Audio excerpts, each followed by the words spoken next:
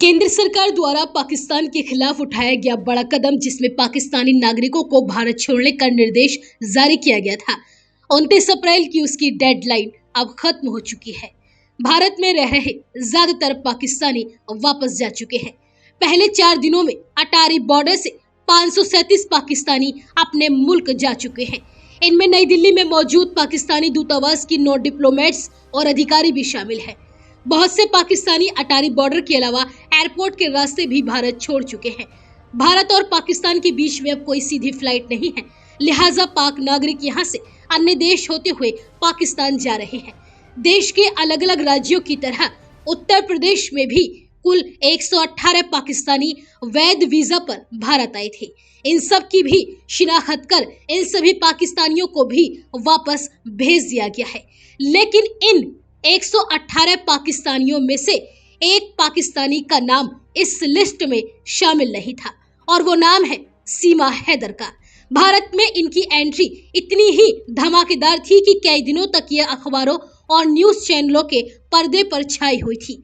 जब ये भारत में दाखिल हुई तब इनका नाम सीमा हैदर था और अब ये सीमा मीणा के नाम से पहचाने जाती हैं।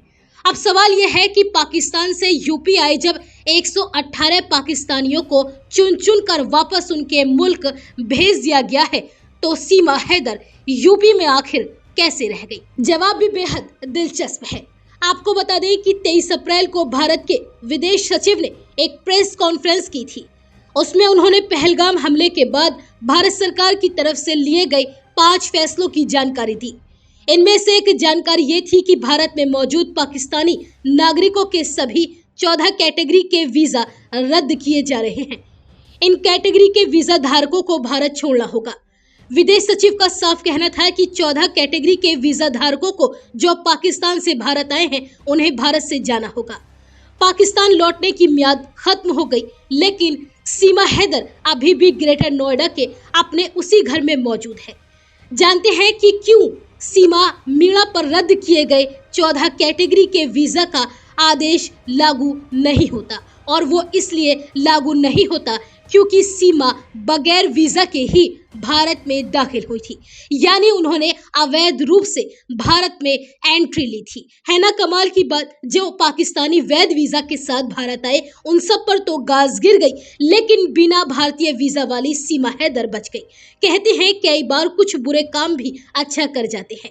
अवैध रूप से भारत में दाखिल होने की वजह से सीमा का केस यूपी की अदालत में है। अब जब तक अदालत फैसला नहीं दे देती, सीमा यहीं यानी भारत में ही रहेंगी। सीमा का एक मामला राष्ट्रपति भवन में भी है। उसको भारतीय नागरिकता दिए जाने की मांग को लेकर राष्ट्रपति भवन ने अब तक उस पर कोई फैसला नहीं लिया है। भारतीय नागरिकता दिए जाने की सीमा की यह अर्जी पहलगाम हमले से बहुत पहले की है। जब तक राष्ट्रपति भवन से ये फैसला नहीं आ जाता, सीमा को तब तक भारत से पाकिस्तान नहीं भेजा जा सकता। इस बीच पहलगाम हमले के बाद जब भारत से पाकिस्तानियों को निकाले जाने की खबर आई, तो सीमा ने एक वीडियो जारी कर यूपी के मुख्यमंत्री और देश के प्रधानमंत्री से अपील की कि उसे पाकिस्तान न भेजा जाए, क्योंकि अब वो भारत की बहू है। आपको बता दें कि सीमा मई 2023 में अपने 4 बच्चों के साथ नेपाल के रास्ते अवैध रूप से भारत में दाखिल हुई थी और तब से ही वह ग्रेटर नोएडा के कस्बा रबुपुरा में सचिन के साथ रह रही है। वहीं सीमा के वकील एपी सिंह ने भी ये दावा किया है कि सीमा अब पाकिस्तान की नागरिक नहीं रही। उन्होंने कहा, सीमा ने भारतीय नागरिक सचिन मीणा से शादी की है और अब उसकी नागरिकता उसके पति से जुड़ी हुई है, इसलिए भारत सरकार की ओर से पाकिस्तानी नागरिकों को वापस भेजने का आदेश सीमा पर लागू नहीं होना चाहिए। फिलहाल सीमा हैदर और सचिन मीणा ग्रेटर नोएडा में अपने परिवार के साथ रह रहे हैं और भविष्य की अस्थायी नागरिकता के इंतजार में है, लेकिन उनके हक में सरकार का क्या फैसला आता है, इस बात पर पूरे देश भर की निगाहें टिकी हुई है।